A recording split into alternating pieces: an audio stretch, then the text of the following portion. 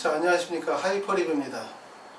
자, 2021학년도 의과대학 입시 컨설팅 1부. 오늘부터 이제 처음 시작해서 몇 차례에 걸쳐서 이제 전반적인 입시 컨설팅에 대한 의과대학에 대한 분석을 집중적으로 진행할 생각입니다. 제가 관심을 가지고 있는 부분들은 각 대학들의 수시 모집 요강들이 다 발표가 되어지고 전년도의 입시 결과가 발표가 되어졌어요.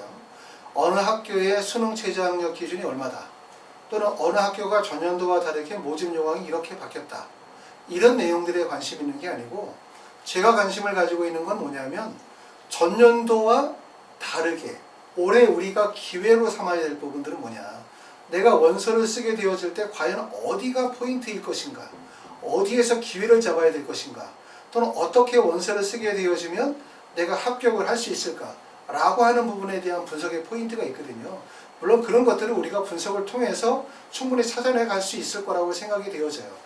핵심은 바로 뭐냐면, 조금 전에 말씀을 드렸던 것처럼 일반적으로 그냥 뭐 우리가 이제 블로그나 아니면 유튜브에서 보는 실제 어느 정도 성적에서 어느 대학이 붙었다고 하더라, 뭐가 바뀌었다고 하더라, 몇 명을 뽑았다고 하더라, 이런 그냥 표면적인 이야기를 하고 싶은 건 아니고, 말씀을 드렸었던 것처럼 실질적으로 과연 어디가 기회가 될 것인가, 과연 입시가 어떻게 바뀔 것인가, 어디에 원서를 써야만 과연 합격할 것인가, 이 부분에 대해서 고민을 해보도록 하겠습니다. 자, 오늘은 먼저 이제 준비한 부분까지 말씀을 드리고, 오늘 이야기가 끝나고 난 다음에 또 내일 자료를 준비해서 하나씩 올리도록 그렇게 하겠습니다. 자, 제일 첫 번째는 2021학년도 의대 입시의 특징과 예측이라고 해서, 첫 번째는 2021학년도 의대 입시가 참 혼란스러워요.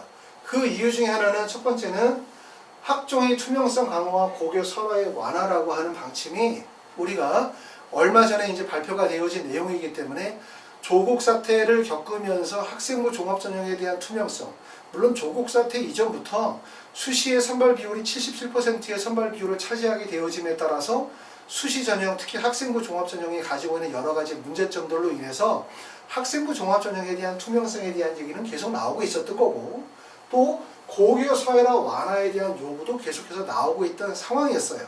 그런데 이제 이게 작년에 발표가 되어지면서 2020학년도의 입시에서도 이러한 영향력이 나타나기 시작했고, 그렇기 때문에 2021학년도 입시에서도 이러한 것들은 커다란 이유가 될 것이다, 입시 변화의 한 요소가 될 거라고 생각이 되어지고요.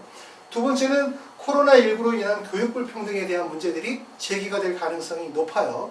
최근에 이제 학생들이 개학을 해서 학교를 가고 있다 하더라도, 당장 좀 있으면 이제 6월 모평을 보고 9월 모평을 보게 되어지면 현실적으로 고등학교 3학년 학생들이 재수생들에 비해서 학업적 또는 교육적 불평등을 겪고 있기 때문에, 이러한 것들을 해소하기 위한 방안에 대한 이야기들이 나오게 될 거고, 그럼 그런 것 중에 하나가 결국은 뭐냐면 수능이 쉬워질 수밖에 없는 요소가 될 수밖에 없어요. 왜냐하면 수능이 어려워진다는 얘기는 수능 공부를 하는데 많은 양의 학습 시간이 필요하다는 얘기고, 하지만 고등학교 3학년 학생들은 현실적으로 수능 공부할 수 있는 시간적인 여유가 매우 짧거든요.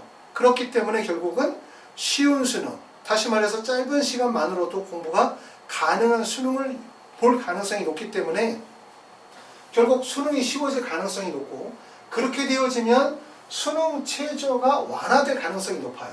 그러면서 수능 최저의 충족률이 증가할 가능성이 높은데, 작년부터 시작해서 올해 오면서도 특히 의과대학의 모든 대학들 중에서 가장 크다는 변화는 결국은 뭐냐면 수능 최저 완화죠. 수능 최저를 완화하기 위해서 4개 영역 등급 합이 5였던 거를 예를 들어서 3개 영역 등급 합을 4로 바꿨다든가, 과탐을 2개에서 과탐을 1로 바꿨다든가, 과탐 2과목 평균에서 과탐 2과목 평균 절사를 유지한다든가 라고 해서 수능 최저를 완화시키게 되고, 수능 최저를 완화하게 되어지면 결국 수능 최저의 충족률이 증가하게 되어 있어요. 충족률이 증가하게 되어지면 결국 합격생들의 내신 평균이 상승할 가능성이 높아요. 상승한다는 얘기는 뭐냐면 1.35였는데 전년도에 1.30으로 떨어진다는 거예요. 그렇죠? 그랬다는 얘기는 결국은 교과 성적이 높은 학생들에게 유리하다, 한편으로 보면 약간 재수생들에게 조금 더 유리하다, 재수생이 아니라 재학생들에게 조금 더 유리한 상황이 올 수 있다는 게 하나의 요소고, 그 다음에 5번째는 그렇게 되어지면 정시로 2월 되는 인원의 숫자가 줄어들 가능성. 왜냐하면 해마다 정시 2월의 비율들은 점차적으로 줄여왔고, 그리고 올해부터도 정시의 선발 비율이 전년도에 비해서 많이 늘어났기 때문에 전체로 봤었을 때는 정시 선발 비율이 0.3% 늘었지만 서울의 상위권 대학이나 의대 쪽에서 보게 되면 정시 선발 비율이 많이 늘었어요. 그러니까 정시 선발 비율을 늘려주는 대신 수시에서 정시로 넘어가던 2월 비율들은 줄이고 가급적 수시는 수시에서 선발하는 거죠. 이런 정책적인 기조로 가는 거죠. 이것이 2021학년도 입시에서 나타나게 될 특징인데, 다시 말씀을 드리면 2021학년도 의대 특징에서 나타나는 게 첫 번째, 학생부 종합전형의 투명성 강화와 고교 서열화 완화에 대한 하나의 요소. 두 번째는 코로나19로 인한 교육 불평등에 관한 거, 그러므로 따라서 쉬운 수능이 유발될 가능성이 높다는 점. 그 다음에 2021학년도 지금 수시 모집 요강에서 전년도와 다르게 나타나는 형상은 수능 최저 기준에 대한 완화. 수능 최저 기준의 완화는 결국은 수능 충족 비율들을 높이게 될 거고, 수능 최저 충족 비율이 높아지게 되어지면 합격생들의 합격 컷이 상승할 가능성이 높기 때문에 결국 내신의 중요성이 커질 수밖에 없다. 이렇게 보실 수 있고요. 거기에 따라서 다섯 번째는 정실 2월의 비율이 감소할 가능성이 높다라고 봅니다. 제가 볼 때는 이제 올해 2021학년도 의대를 가시려고 하시는 분들 입장에서 볼 때 우리가 신경 쓰고 관심 가져야 되는 부분이 이렇게 한 5가지 정도가 예상되는 요소가 아니겠나라는 생각을 해봤습니다. 자, 그리고 만약에 수능 최저 학력 기준이 완화가 되어지고 만약에 수능이 쉬워진다 라는 조건이 되면 어떤 현상이 나타나게 되냐면, 아까 말씀드렸었던 것처럼 어떤 현상이 나타나게 되냐면 수능 최저의 충족 비율이 증가하게 돼 있어요.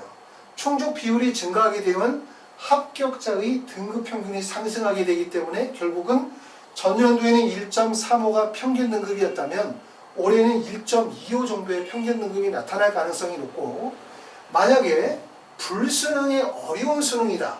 우리가 입시 결과를 좀 이따 보시게 되어질 텐데 2019년도가 불수능이라고 말할 수 있어요. 왜냐하면 2019년도에 국어 1등급이 81점인가 그랬어요. 그렇죠? 원점수가. 그렇기 때문에 2019년도에는 국어가 어려웠는데 국어는 문과, 이과 모든 학생이 공통적으로 보는 과목이다 보니까 불수능이 될 수밖에 없는 거고, 2020년도에 가장 어려웠던 것은 수리 나형, 이과 학생 관계 없잖아요. 그렇죠? 그러니까 문과에는 해당이 되지만 이과에 관계가 없기 때문에 불수능이라고 하지 않아요. 그렇죠? 비통 좀 쉬운 수능이라고 얘기할 수 있는데, 이럴 때 불수능이었을 때 실제 합격자의 내신이 더 높았어요.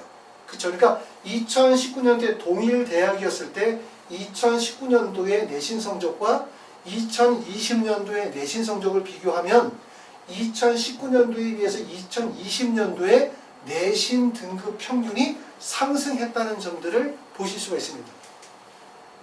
자, 수능 최저학력 기준에 대한 부분들을 다 정리를 했어요. 자, 학생부 종합전형 또는 학생부 교과, 학생부 종합, 그 다음에 이제 지역인재 전형까지 모든 내용들을 다 정리했고, 요 표에서 모든 내용을 다 보여드릴 수가 없기 때문에 여기에서는 수능 미반영 대학과 학생부 교과, 학생부 종합전형까지 정리했고, 그 다음에 여기에 지역인재 전형은 빠져 있습니다. 저희 블로그에는 관련 내용을 다 올려놓으셨으니까 제가 여기에 동영상을 블로그로 링크를 시켜 놓을 테니까 블로그에서 나머지 내용들을 확인해 보시면 좋을 것 같고요. 지금 학생부 종합전형 중에서 수능 최저를 미반영하는 대학들이 서울대, 연세대, 성균관대, 고려대, 한양대, 경희대, 중앙대, 인하대, 순천향대, 계명대, 경상대, 강원대, 충북대 종합까지 있어요. 강원대 미래인재 전형은 6월 정도 되어져야만 구체적인 내용들이 확정이 되어지는데, 수시전형에서 선발하는 인원이 34명 정도 선발을 하게 되어져요. 강원대가 들어오면서 올해 의대 선발 비율이 전년도에 비해서 가장 많은 인원을 선발하고 있는 의대로 대학 가기에 가장 좋은 해다, 이렇게 말씀을 드릴 수 있는데, 강원대학교 강원 미래인재 전형은 현재로서는 수능 최저가 없는 거로 보여져요. 하지만 6월 결과에 따라서는 수능 최저를 반영할 수도 있기 때문에 확정되었다라고 볼 수는 없고, 학생부 교과 전형에서 수능 최저를 미반영하는 학교는 없어요. 전년도에는 우리가 인제대학교 의예 간호 전형이 수능 최저를 미반영하는 전형이었지만 올해는 학생부 교과 전형은 모든 전형에서 수능 최저를 요구하고 있고, 학생부 종합 전형에서는 위에 있는 상위권 대학들이 학생부 종합전형에서는 수능 체제를 미반영하고 있습니다.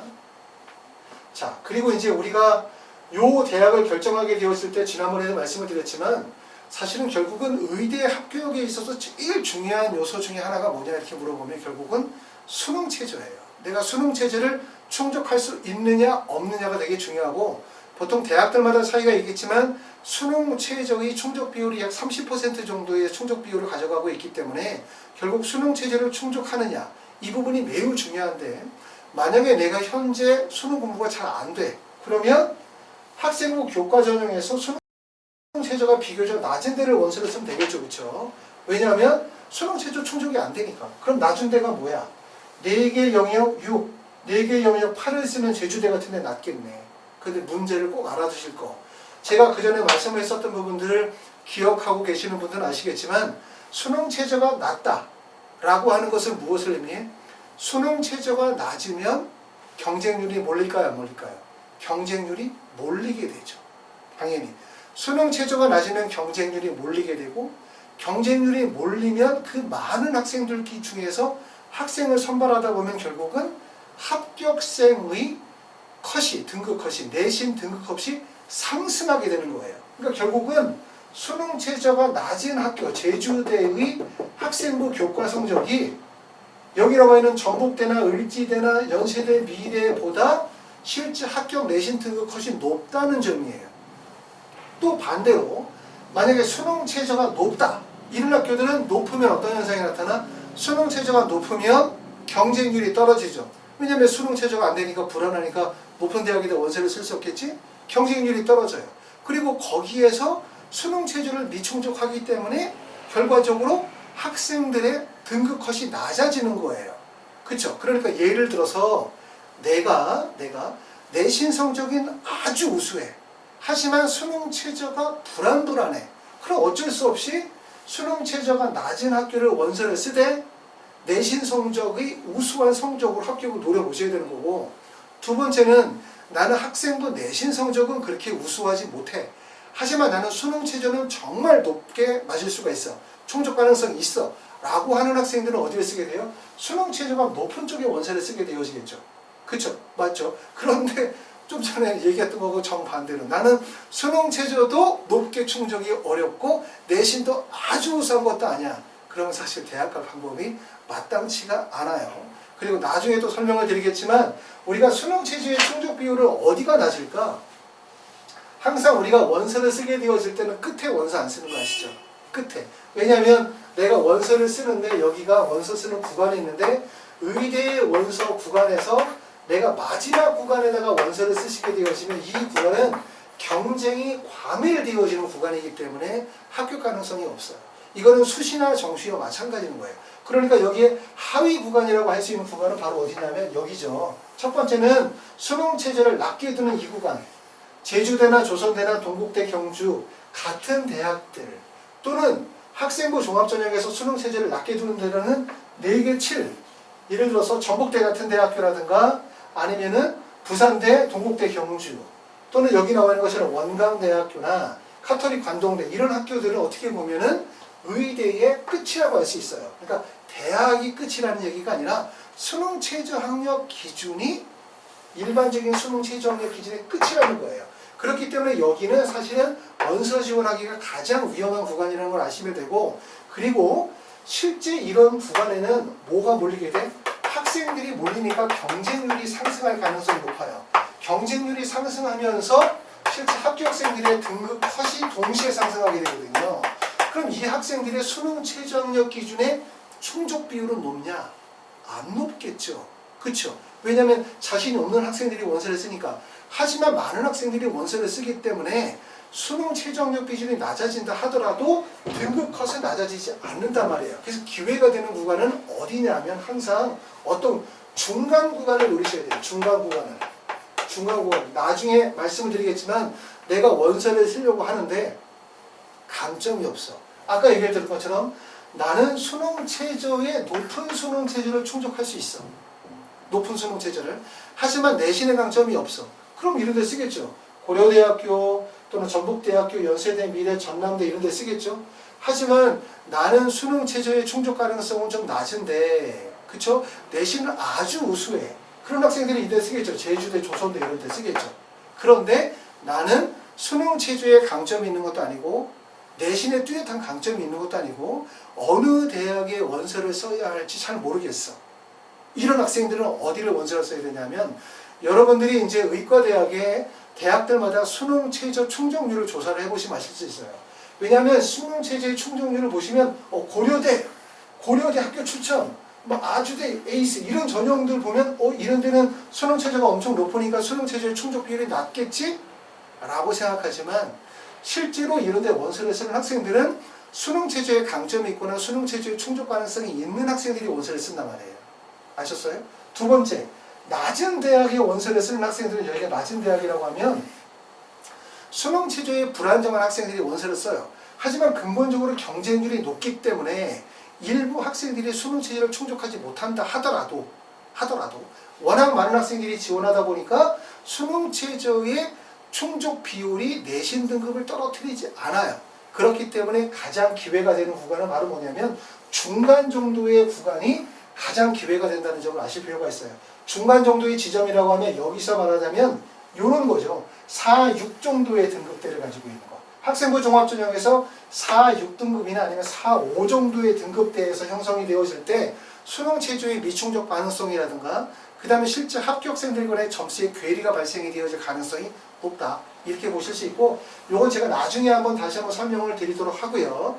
여기까지 설명드렸었던 건 뭐냐면 수능 최저학력 기준이 학생부 교과, 학생부 종합전형에서 높거나 낮음이 있는데 말씀드린 얘기는 수능 최저가 높으면 어떻게 된다고? 높으면 경쟁률이 떨어지고 합격의 등급 컷이 낮아진다는 거예요.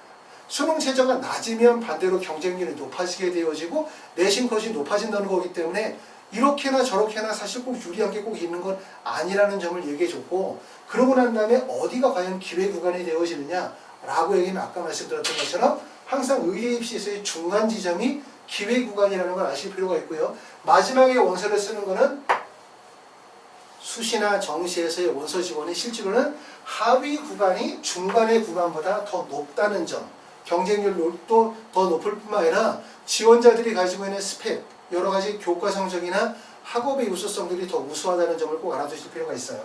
자, 다음으로 이 얘기를 하려고 했었던 건 아니고 자, 여기서 얘기하는 거는 무엇을 얘기를 하려고 하냐면 우리가 대학 입시에서는 세 가지 요소가 있다고 생각해요. 대학 입시에서 그러니까 대학 입시에 미치는 영향, 입시에서 어떤 것들이 영향을 미칠까 생각을 해보면 첫 번째는 뭐냐면 대학 입시의 변화겠죠. 그냥 대학 입시의 변화. 전년도 2020학년도의 대학 입시와 2021학년도 대학 입시를 딱 구조를 뒀을 때 2021학년도 입시가 2020학년도 입시와 다른 점. 첫 번째는 대학 입시의 변화를 예상할 수 있어요. 올해 입시의 변화로 나타나는 점들은 여러 가지가 있어요. 물론 학생의 숫자가 전년도에 비해서 많이 감소했다는 점, 또 의대 정원이 많이 늘었다는 점, 이런 점들도 있고 그것 중에 하나가 바로 이렇게 모집 인원의 변동사항이라든가 아니면 전형 방법이 바뀌었다든가 또는 수능 최저의 학력 기준이 완화되거나 강화되어졌다 라고 하면 이게 바로 대학 입시의 변화 요소라고 할 수 있겠죠. 첫 번째 이거. 그리고 두 번째는 올해 나타난 이런 사회적 요소로서 올해는 특히 코로나19로 인한 아까 얘기했던 것처럼 재수생과 재학생들 간의 교육 불평등에 대한 문제, 이 문제가 제기가 되어지면서 결국 수능에 어떠한 영향을 미치게 될 것이냐 이 부분, 그리고 그렇게 되어짐에 따라서 이런 교육 불평등을 해소하기 위해서 수시는 재학생들에게 좀 더 유리한 또는 정시는 어차피 재수생들에게 유리한 상황이기 때문에 수시에서 조금 더 재학생들에게 유리한 상황이 만들어지지 않겠냐라고 하는 게 올해 예상할 수 있는 부분이에요. 여기다가 하나 더 되게 중요하게 생각하는 이유는 바로 뭐냐면 교육 정책의 변화를 저는 얘기하고 싶어요. 교육의 정책의 변화가 자, 대입 공정성 강화 방안이라고 해서 우리가 전년도 12월 달에 발표가 되어진 내용 중에 핵심적인 내용이 바로 학생부 종합전형에서의 공정성 강화, 그 다음에 고교 서열화의 완화, 여기다 우리가 뭐 자사고나 특목고에 대한 폐지나 전환에 관한 이야기들이 나왔었던 것처럼 제가 생각할 때는 의대 입시, 그리고 특히 조금 이따 말씀을 드리게 될 의과대학 중에서 수능 최저 미반영 대학에게 영향을 미칠 수 있는 가장 커다란 요소는 결국 교육 정책의 방향이 가장 커다란 영향을 미치게 될 것이다 라고 생각이 되어지는데요. 자, 지금 보시는 것처럼 학생부 종합전형에서 수능 최저를 반영하지 않는 학교들이에요.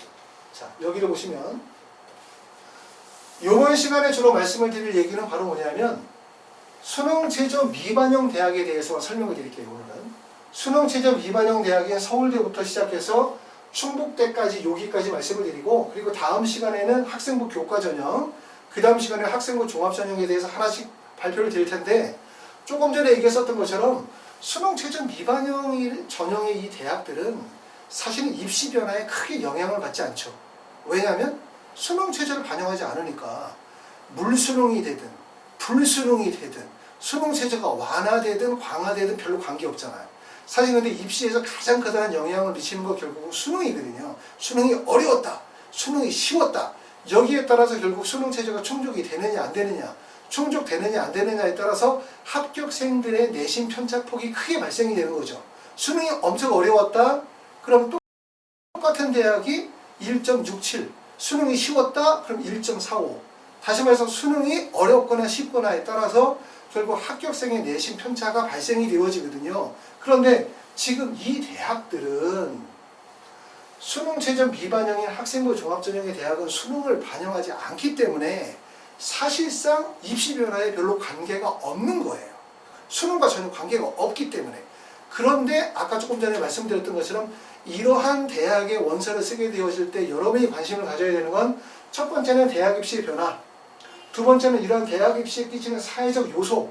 근데 이 사회적 요소가 대부분 뭐와 관계가 된 거야? 수능과 관계가 되어진 거기 때문에 이것도 별로 관계가 없는 거고, 대학 입시의 변화를 해서 모집 인원의 변동이라든가 전형 방식의 변화라는 것도 이 대학들은 별로 크지가 않아요. 그렇기 때문에 별로 영향을 미치지 못하는데, 조금 전에 말씀드렸었던 것처럼 학생부 종합전형 중에서 수능 체제를 미반영하는 학생들에게 끼칠 올해 가장 커다란 영향적 요소는 바로 무엇이라고 생각하냐면 교육 정책의 변화로서 결국은 학생부 종합전형에 대한 공정성의 강화, 그 다음에 특히 고교 소외라 완화라는 방안이 가장 주목해야 될 점이라고 저는 생각이 됩니다. 자, 그러면 서울대부터 시작해서 경상대까지의 2019년도, 2020년도에 인원 지원자 경쟁률, 그 다음에 학생부 교과의 평균 성적, 그 다음에 예측 점수에 대해서 정리를 해볼게요. 물론 이런 성적이라는 건 사실 별로 의미가 없다는 것을 알아두실 필요가 있어요. 여기 나와 있는 것들은 이 교과 성적 2019년도에 예를 들어서 연세대학교 활동 우수형이 1.53이었다라고 하면 이거는 그냥 평균 점수를 얘기를 하는 거죠. 근데 아시는 것처럼 학생부 종합전형은 교과 전형보다 교과 반영 비율이 적어요. 그렇기 때문에 실제 합격하는 사람들은 1.53 이내의 성적, 1.2나 1.3을 맞고 떨어지는 학생도 있고, 그 다음에 여기 붙는 학생들은 1점대가 아니라 2점대나 3점대 초반의 성적을 가지고 있는 학생들도 붙을 수가 있어요. 그렇죠? 그렇기 때문에 이 전형, 특히 학생부 종합전형 중 수능 체제를 미반영하는 전형은 학생이 가지고 있는 종합적인 평가를 하셔야 돼요. 종합적인 평가 첫 번째, 내 학교의 프로파일. 그러니까 내가 다니고 있는 고등학교의 특성이라든가 고등학교에서 진행하는 여러 가지 동아리나 기타 활동의 우수성들을 평가하실 필요가 있고, 그 다음에 두 번째는 내가 가지고 있는 교과 또는 비교과 활동의 우수성, 그리고 내가 다니고 있는 학교나 같은 유형의 고등학교 내에서의 나의 경쟁력, 이런 것들을 전체적으로 평가하셔야만 내가 이 학교에 지원하게 되었을 때 지원 가능성이 있는지 합격 가능성이 있는지에 대한 판단이 이루어지실 수 있겠죠. 그렇기 때문에 여기 나와 있는 교과 평균 등급이라는 것은 참고, 단지 참고용으로만 이해하실 뿐, 이걸 그대로 믿고 원서 쓰시면 절대로 안 됩니다. 아셨죠? 1.53이라고 되어져 있지만 1.2나 1.1을 맞고도 떨어져요. 왜? 이건 학생부 종합전형이니까. 하지만 다른 경우에서는 1.53이라고 되어져 있지만 2점대나 3점대 초반에서도 붙을 수가 있어요. 그렇기 때문에 요거는 학생부 종합전형에서 이런 평균 점수는 큰 의미를 둘 필요는 없다. 그리고 아까도 말씀드렸던 것처럼 내가 이 대학에 원서를 쓸까? 합격 가능성이 있을까라는 부분을 판단하시게 되어질 때는 종합적인 요소를 같이 고려하실 필요가 있어요. 자, 여기서 우리가 특징적으로 보여지는 점들은 지금 제가 표시해놨던 것처럼 큰 변화가 없죠. 서울대학교 봤더니 전년도에 8.01의 경쟁률이어서 2020년도에 보니까 7.97대1의 경쟁률 큰 변화 없고, 연세대학교 면접편도 8.70에서 8.41, 활동형은 12.54대 10.54, 경쟁률이 좀 떨어졌네요.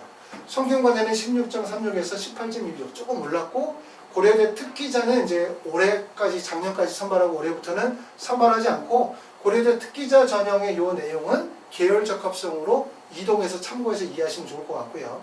학생부 종합전형, 한양대 학생부 종합전형을 봤더니 24.03대 1에서 19.41대 1로 경쟁률이 많이 떨어졌어요. 그렇죠?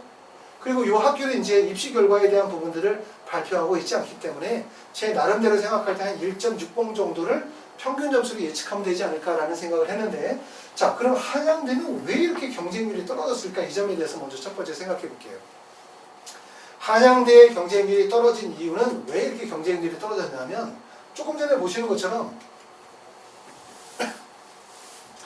자, 지금 이제 잘 보이실지 모르겠는데 학생부 종합전형 수능최저 미반영 대학에 대해서 전형을 했어요.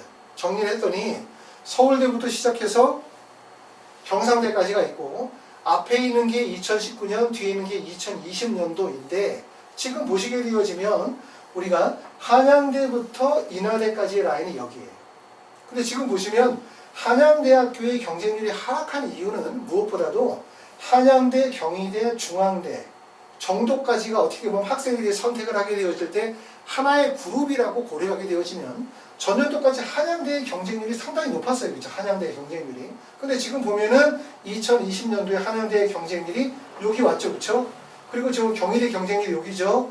그 다음에 중앙대학교 탐구형 경쟁률이 이 정도이기 때문에 점차적으로 한양대의 경쟁률이 하락할 가능성이 높아요. 왜냐하면 한양대나 경희대나 중앙대 정도에서 학생들이 선택을 하기 때문에 거기에 비춰서 경쟁률이 조정하는 과정이라고 볼 수 있고, 한양대학교는 지금 보시면 한양대는 2018년, 19년, 20년도로 가게 되어지면서 점차적으로 경쟁률이 하락을 하고 있어요. 2018년도에는 38명 모집에 경쟁률이 26.88대 1, 2019년도에는 31명 모집에 24.04대 1, 그 다음에 2020년 작년에는 36명 모집에 19.42대 1의 경쟁률이었죠.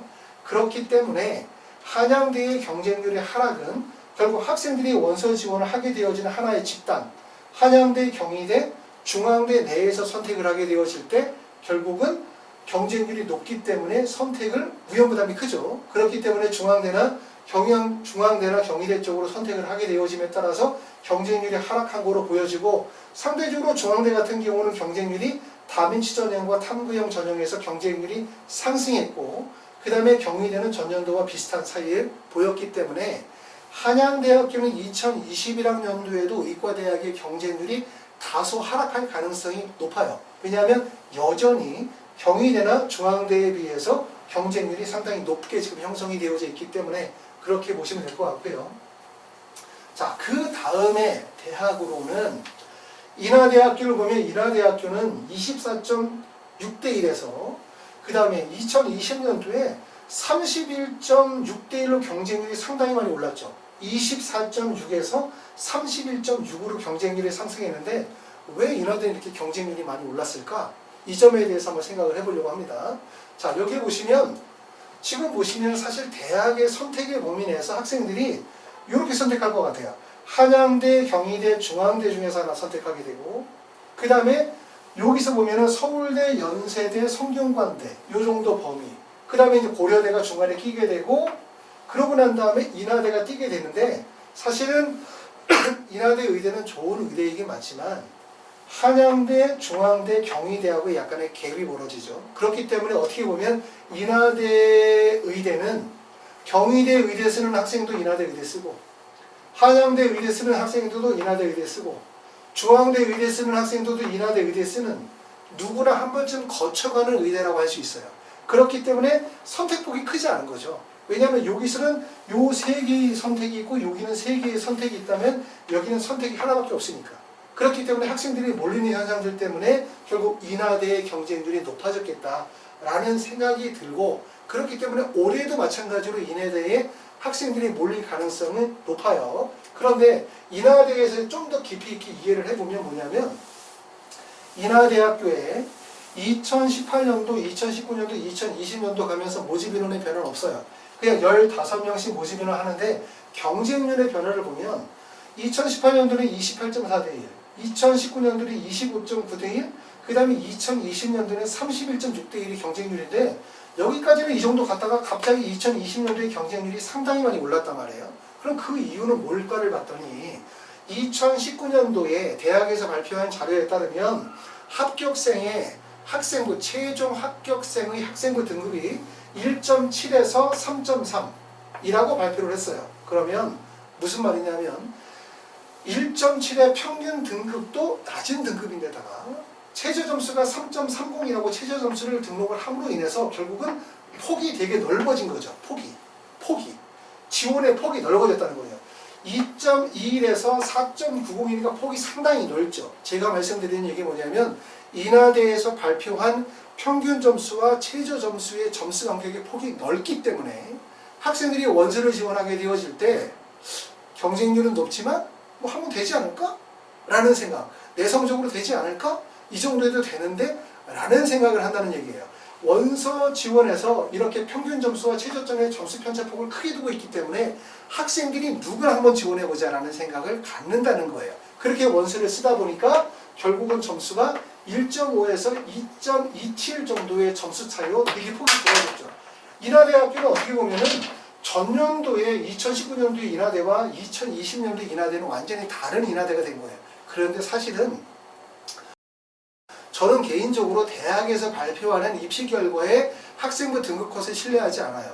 왜냐하면 그거는 대학에서 발표하는 건데 그 평균 등급이라는 것도 사실은 그게 70%일 수도 있고 80%일 수도 있고 90%일 수도 있고 어떤 결과로 평균을 내는지 우리가 알 수가 없잖아요. 그렇기 때문에 여러분들이 생각할 건 뭐로만 생각하셔야 되냐면 대학에서 발표하는 이런 평균 등급이라는 것은 단지 원서를 쓰는 학생에게, 기본적으로 원서를 쓰는 학생에게 대학 지원의 가이드라인 정도를 제시한다고 생각하셔야 돼요. 그런데 함정에 빠지면 절대로 안 된다. 함정에. 그러니까 이거는 지금 평균 등급만을 이렇게 제시했으면 사실은 나쁘지 않은 거거든요. 근데 최저 점수를 제시하게 됨으로 인해 가지고 결과적으로 어떻게 되냐면 학생이나 학부모가 혼란스러워지게 되는 거예요. 왜냐하면 어느 정도의 기준점인지 알 수가 없어. 예를 들어서 1.74가 평균이래. 근데 우리의 성적이 만약에 1.74가 평균인데 우리의 성적이 2.2야. 그럼 뭐라고 생각합니까? 평균 점수보다 성적이 낮으니까 불합격할 가능성이 매우 높겠는데? 라고 생각하면서 원서 지원을 꺼낼 수 있겠죠. 그런데 최저 점수 3.30이라고 대학에서 발표를 해. 그럼 어떻게 생각해? 1.74와 3.30이 최저점이 2.2면 중간이네. 최저보다 훨씬 낫네 성적이. 라고 생각하면 붙을 수 있다는 기대감을 갖게 되고 그러니까 원서를 쓰는 거죠. 그러니까 결국 이러한 것들이 제 생각으로는 좋은 정보를 전달한다는 개념이 아니라 결국 학생들의 원서 지원을 혼란스럽게 만들 뿐만 아니라 원서 지원을 적극적으로 많이 이끌어내려는 대학의 의도이다. 그럼으로 인해서 어떻게 됐다? 경쟁률은 아주 높아졌다. 이거죠. 그러고 난 다음에 결국은 그러다 보니까 평균 점수가 이렇게 낮아졌는데 이거는 1.58에서 2.27이 실제 2019년도로 2020년도로 가면서 합격생들의 성적이 이렇게 됐다라고 보진 않아요. 저는. 왜냐하면 이전의 성적이나 이전의 성적에 큰 차이는 없었을 거라고 저는 생각이 됩니다. 단지 이러한 변화들은 아까 조금 전에 말씀을 드렸었던 것처럼 대학 입시가 전체적으로 앞으로 가는 교육의 방향에서 이러한 대입의 공정성 강화라든가 고교 서열화의 완화를 통해서 결과적으로 내신이 계속해서 상승하고 있는 추세로 갈 가능성이 매우 높아요. 그러니까 오늘 설명을 드리게 되는 학생부 종합전형에서 수능 체제를 미반영하는 대학이 우리가 종전에는 내신별로 관계없이 활동의 역량, 고등학교 좋으면 대학 가는 저형이라고 만약에 생각했다면 2021학년도에 학생부 종합전형, 수능 체제 미반영 전형들은 기본적으로 내신 성적의 우수성을 가지고 있어야만 될 것이라는 점을 알아두실 필요가 있어요. 자, 다음. 자, 그래서 일단은 지금 이제 인하대에 대해 설명을 해드렸고요. 그 다음에 또 하나 관심을 갖는 부분들은 나머지 대학들은 경쟁률에서 큰 차이가 없는데 충북대학교를 보면은 전년도에 경쟁률이 18.83대 1이었었는데 충북대학교가 2020년도로 가면서 39.14대 1로 경쟁률이 높아졌어요. 경쟁률은 엄청나게 높아졌는데 대학에서 발표한 교과 성적을 보면은 자, 2019년도에 1.30, 2020년도에 1.16이 되어졌는데 아까도 말씀을 드렸죠. 여러분들이 보실 때 이렇게 2019, 2020년도의 내신 성적을 똑같이 생각하면 안 돼. 말씀드렸죠. 2019는 어떤 수능이었다? 불수능이라고 그냥 합시다. 그 다음에 2020은 무슨 수능이야? 물수능이야. 뭐라고 얘기했어요? 수능이 어려워지면 수능 최저 충족률이 낮아져요. 수능 최저 충족률이 낮아지면 결국 합격생들의 내신 등급이 낮아지는 거예요. 이렇게 1.30. 근데 수능이 쉬워지면 어떻게 되냐면 결국 수능 체제의 충족 비율이 높아지게 되고 그렇게 되면 합격생들의 내신 등급이 상승한 가능성이 높다는 거예요. 상승. 여기도 낮다가 높아지는 이런 현상들이 벌어지는 거죠. 그 이유가 바로 2020년도에 수능이 비교적 쉬웠기 때문에 그렇다는 거예요. 그러면 2021학년도는 어떻게 될 것 같냐? 적어도 전년도보다 다소 쉬워질 가능성이 높기 때문에 결국 핵심은 바로 뭐냐면 내신 성적이 좋은 학생들에게 2021학년도 의대 입시는 더 유리해질 가능성이 매우 높다. 이 점을 좀 알아두실 필요가 있을 것 같아요. 그래서 2020년도와 2020년도를 동일하게 보면 안 돼요. 그러니까 무슨 말이냐면 전년도에는 1.74였는데 올해는 1.58 떨어졌네. 성적이 떨어졌네. 이렇게 생각하시면 안 되고 왜 떨어졌다? 그 전년도에는 수능이 어려웠기 때문에 이 정도. 그 다음에 수능이 쉬워지면서 내신 등급이 올라간 거예요. 그러면 올해는 수능이 쉬워질 가능성이 높기 때문에 내신 성적이 더 올라갈 가능성이 높아진다는 점을 이해하실 필요가 있습니다. 자, 그러면 충북대학교를 한번 정리를 해볼게요. 자, 충북대학교는 지금 보시는 것처럼 우리가 지금 학생부 종합전형에서 수능체제를 미반영하는 대학들을 몇 개의 그룹으로 나눌 수 있어요. 그 몇 개의 그룹으로 나누면 첫 번째는 서울대, 연세대, 성균관대 정도까지 하나 나누면서 여기다가 고려대를 여기다 낍시다. 그 다음에 두 번째는 이렇게 하나 나눌 수 있죠. 연세대, 경희대, 중앙대까지 하나 나누고 그 다음에 얘가 하나 더 떨어지죠. 이렇게. 그러고 난 다음에 여기가 하나의 구조예요. 마지막에. 순천향대, 계명대, 충북대, 경상대가 하나의 그룹인데 우리가 순천향대, 계명대, 충북대, 경상대는 상위권에 있는 서울대, 연대나 또는 뭐 성균관대, 한양대, 중앙대에 비해서는 대학의 선호도가 떨어지지만 올해처럼 수능 체제에 대한 불확실성이 계속 존재하는 상태에서는 학생부 종합전형 중에서 수능 체제를 미반영하는 학교 순천향대, 계명대, 충북대, 경상대 쪽으로 학생들의 관심이 쏠릴 가능성이 높아요. 그쵸? 그러면 도대체 이 많은 학교들 중에서 이렇게 충북대의 경쟁률이 올라가는 이유는 바로 뭘까? 이곳만, 충북대만.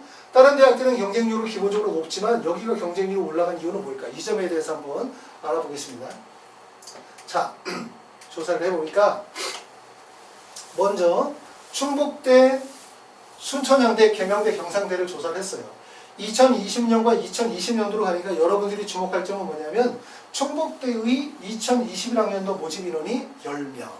그러니까 다른 대학들은 보통 6명, 4명 정도 선발하기 때문에 이런 대학들을 원서를 쓰게 될 때 가장 걱정거리 중에 하나는 뭐냐면 모집 인원이 적다는 거예요. 그런데 지금 충북대학교가 2020학년도에 모집 인원을 4명을 늘려서 10명이 됐기 때문에 사실은 되게 원서 지원하는 학생들 입장에서 볼 때는 안정감이 생기죠. 그렇죠? 첫 번째. 자, 두 번째 경쟁률을 보니까 전년도에 가장 경쟁률이 높았던 학교는 계명도가 36대 1로 경쟁률이 가장 높았고 경쟁률이 가장 낮았던 거는 경상대가 경쟁률이 가장 낮았습니다. 전형 방식들은 대부분 다 비슷해요. 계명대만 4배수를 두고 있고 대부분 그냥 서류평가 다음에 2단계에서 1단계 성적과 면접을 진행을 하는데 면접을 진행하는 것도 비슷해요. 대부분 다 12월 5일과 6일이니까 수능 시험을 보고 난 다음에 면접을 진행하기 때문에 이것도 별로 차이가 없고 여기도 별로 차이가 없고 가장 큰 특징은 충북대학교의 모집 인원이 10명으로 늘었다는 점이 가장 큰 특징이고, 두 번째 가장 큰 특징은 보시는 것처럼 2020학년도에 등록 컷을 발표를 했더니 계명대학교가 2.25, 그 다음에 충북대가 1.16, 순천향대가 1.17, 경상대가 1.05 정도로 해서 예상 등록 컷을 발표를 했어요. 그쵸? 그러면 왜 충북대 학생들이 몰렸을까? 10명이라는 건 2021학년도니까 관계없잖아요. 그쵸? 2020학년도에 경쟁률이 급격하게 올랐던 이유와는 전혀 관계가 없죠. 자, 그러면 충북대학교 2019년도와 20년도의 내용을 정리를 해봤어요. 자, 충북대를 보면 2019년도와 2020년도의 모집인은 똑같았고, 지원율을 보니까 여기는 18.8대 1이었는데 갑자기 경쟁률이 27.3대 1로 쭉 올랐단 말이에요. 그 이유를 가만히 봤더니 2019년도에 대학에서 발표한 최초 합격자의 내신 성적이 1.2, 최종 성적이 1.30이죠. 그쵸? 그러면 다른 대학을 비교해보면 다른 대학들의 대부분 내신 성적이 1.17, 1.16이잖아요. 얘만 1.2라는 거죠. 무슨 말이냐면 사람들이 원서를 쓰게 되어질 때 사람들은 무엇을 믿어? 대학에서 발표한 자료를 믿는다는 거예요. 대학에서 발표한 자료를 믿는다? 다시 말해서 어느 대학의 전년도의 경쟁률이 낮다? 그러면 진짜 낮다고 생각하는 거죠. 여기가 좀 낮은 학교네. 낮은 학교야. 충북대가 경쟁률이 낮으니까 낮은 학교네.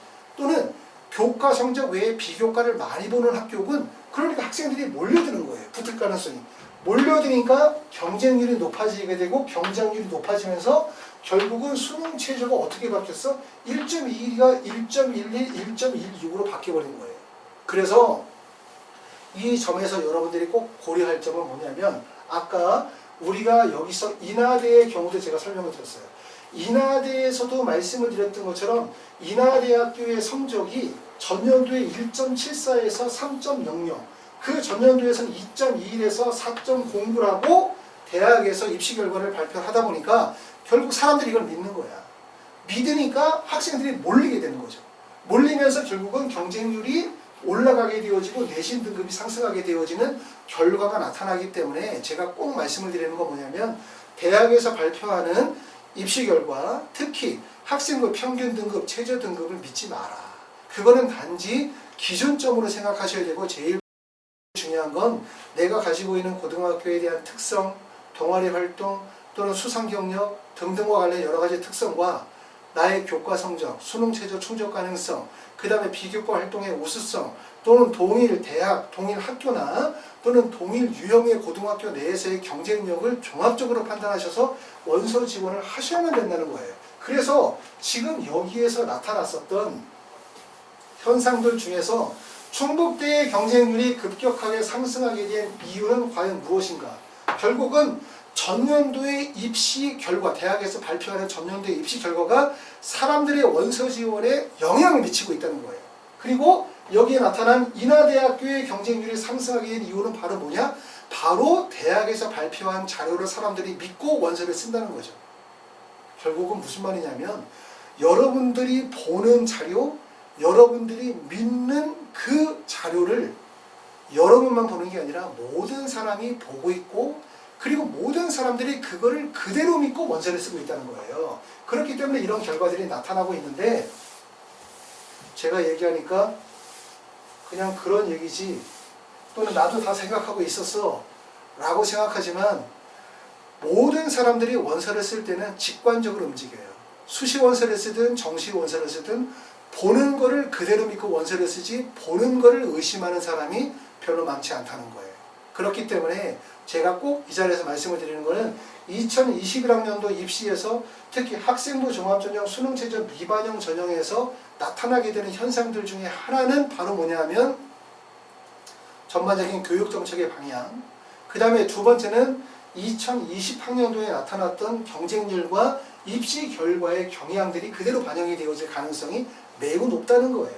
그렇기 때문에 아까 말씀드렸던 것처럼 내가 만약에 이 세 개 대학들 중에서 어디에 원서를 써야 될 것이냐라고 생각하면 여러분은 반드시 어디에 써야 되냐면 내신 등급이 높은 데를 원서를 써야 돼요. 내신 등급이 높은 데. 왜? 내신 등급이 낮은 데는 학생들이 몰리겠죠, 당연히. 내신 등급이 높으면 어떻게 될까요? 학생들이 원서를 안 쓰겠죠. 그렇죠, 당연히 경쟁률이 낮아질 수밖에 없다는 얘기예요. 경쟁률이 낮아지게 되어지면 수능 체제의 충족 비율이 낮아지겠죠. 그럼 결과적으로 어떻게 해야 돼? 합격생들의 내신 폭이 벌어지면서 내신 성적이 올라가게 되는 거예요. 그러니까 이때는 1.05라고 발표했지만 다음번에 발표할 때 경상대학교에서는 1.25라고 평균 등급을 발표하겠죠. 이런 현상들이 벌어지고 이렇게 인원이 늘어나는 재능들 당연히 나만 유리한 게 아니에요. 왜냐하면 모집 인원이 늘어나게 되어지면 당연히 뽑는 사람도 많아지게 되고 그럼 당연히 거기에서 충원 인원도 늘어나겠죠. 6명의 100%는 6명이지만 10명의 100%는 10명이니까 안정감을 준단 말이에요. 원서 지원에 있어서 항상 안정감을 주는 요소들은 결국은 되게 불안정한 요소예요. 불리하다는 얘기예요. 그렇기 때문에 이런 학교들은 좋지 않고 우리가 원서를 만약에 써야 된다면 여기서 원서 쓰기에 좋은 학교는 수능 최저의 등급이 전년도 입시 결과가 높은 대학교, 그 다음에 모집 인원의 변동이 없는 대학교, 그러니까 순천향대학교 같은 학교나 경상대 같은 학교의 선택이 나머지 대학에서 선택해서는 가장 유리할 수밖에 없겠다. 이런 말씀을 드리고요. 자, 그 다음에 연세대부터 시작해서 중앙대까지에서의 입시의 변화를 보면 사실 연세대부터 중앙대까지의 입시의 변화는 크지 않아요. 아까 말씀드렸죠.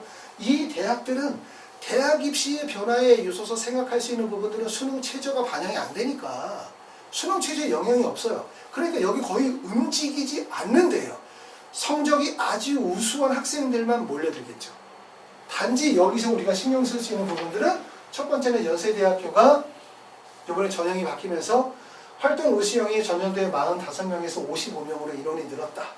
그 다음에 고려대학교 계열 적합성, 전년도에는 특기자 전형에서 10명을 뽑았는데 18명을 선발하게 되어진다. 그 다음에 연세대학교 면접형, 올해 이제 추천서를 쓰죠. 면접형에서 전년도에 17명에서 28명으로 인원이 늘었다라는 부분이 특징인 거예요. 그렇기 때문에 결국은 연세대 쪽의 학생들이 몰려들 가능성이 높죠. 그래서 전형이 나눠진다고 볼 수 있겠죠. 연세대학교 면접형 추천이나 중앙대 다빈치 같은 경우들은 일반적으로 교과 성적이 학생부 종합전형이라 하더라도 교과 성적이 우수한 학생들이 원서를 쓰게 될 거고 그렇지 않은 학생들이 원서를 쓰는 폭은 요 정도니까 결국은 연세대학교 성균관대 그러고 난 다음에 이제 고려대, 한양대, 중앙대, 경희대 정도에서 원서를 쓰게 되어질 거고 요것도 사실은 이렇게 어떻게 보면 이렇게 그룹이 나눠지는 거기 때문에 모든 학생들이 원서를 쓸 때 여기 4개를 다 쓰고 여기 4개를 다 쓰는 이런 학생들은 사실 별로 많지 않아요. 대부분 원서를 쓰게 되어지면 서울대, 연세대, 성균관대, 고려대 중에서 한두 개. 그렇죠? 그 다음에 한양대, 중앙대, 경희대 중에서 한두 개 그리고 인하대 이렇게 묶어서 들어갈 가능성이 높겠죠. 그러다 보니까 인하대는 마찬가지로 전년도와 마찬가지로 올해도 경쟁률은 매우 높아질 가능성이 높다. 이런 얘기를 말씀을 드립니다. 자, 그래서 이제 지금 아까 말씀을 드렸었던 것처럼 학생부 종합전형 중에서 수능체제를 위반용하는 학교에 대해서 좀 정리를 해서 설명을 드렸고 아까도 말씀드렸던 것처럼 이 학교에서 가장 큰 영향을 보여줄 거는 뭐냐면 교육정책의 변화라고 생각해요. 학생부 종합전형의 공정성이나 교육의 서열에 대한 완화에 대한 이러한 요구들이 이러한 수능체제가 없는 다시 말해서 입시의 커다란 변화 요소를 발생시킬 수 없는 이러한 학생부 종합전형의 수능체제 미반영 대학 이 대학들은 사실은 대학 입시의 변화도 큰 영향을 주지 못하고 사회적 요소도 영향을 주지 못해요. 단지 영향을 주는 것은 이런 전반적인 교육정책의 변화의 방향이죠. 그렇기 때문에 이런 대학들은 아까도 얘기했었던 것처럼 내가 일반계 고등학교 학생들이다 종전까지는 생각해보지 못했어. 활동의 우수성이 뛰어나지 않으니까. 그랬던 학생들도 일반계 고등학교임에도 불구하고 교과 성적 못지않게 비교과 활동의 우수성이 있다면 그렇다고 한다면 원서 지원을 한번 해볼 수 있는 또 합격할 수 있는 그런 기회가 될 수 있는 게 바로 2021학년도 입시가 될 거라고 생각이 됩니다. 자, 이번 시간에는 이제 아까도 말씀드렸던 것처럼 학생부 종합전형 중에서 수능체제 미반영 대학에 대해서 한번 정리를 했어요. 자, 다음 시간에는 학생부 교과, 학생부 종합전형에서 순차적으로 정리하고 이런 정리를 통해서 저도 그리고 보시는 분들도 의과대학 입시에 대한 조금 더 이해를 넓히고 이해를 넓히면서 우리가 전략적으로 어떻게 원서를 쓸 방향, 어떻게 원서를 쓰고 어떻게 대학을 갈 것이냐 이 부분에 대해서 고민해 볼 필요가 있을 것 같고 그러기에 되게 소중한 시간이 되어질 거라고 생각합니다. 잘 준비해서 다음 시간에 또 뵙도록 하겠습니다. 고맙습니다.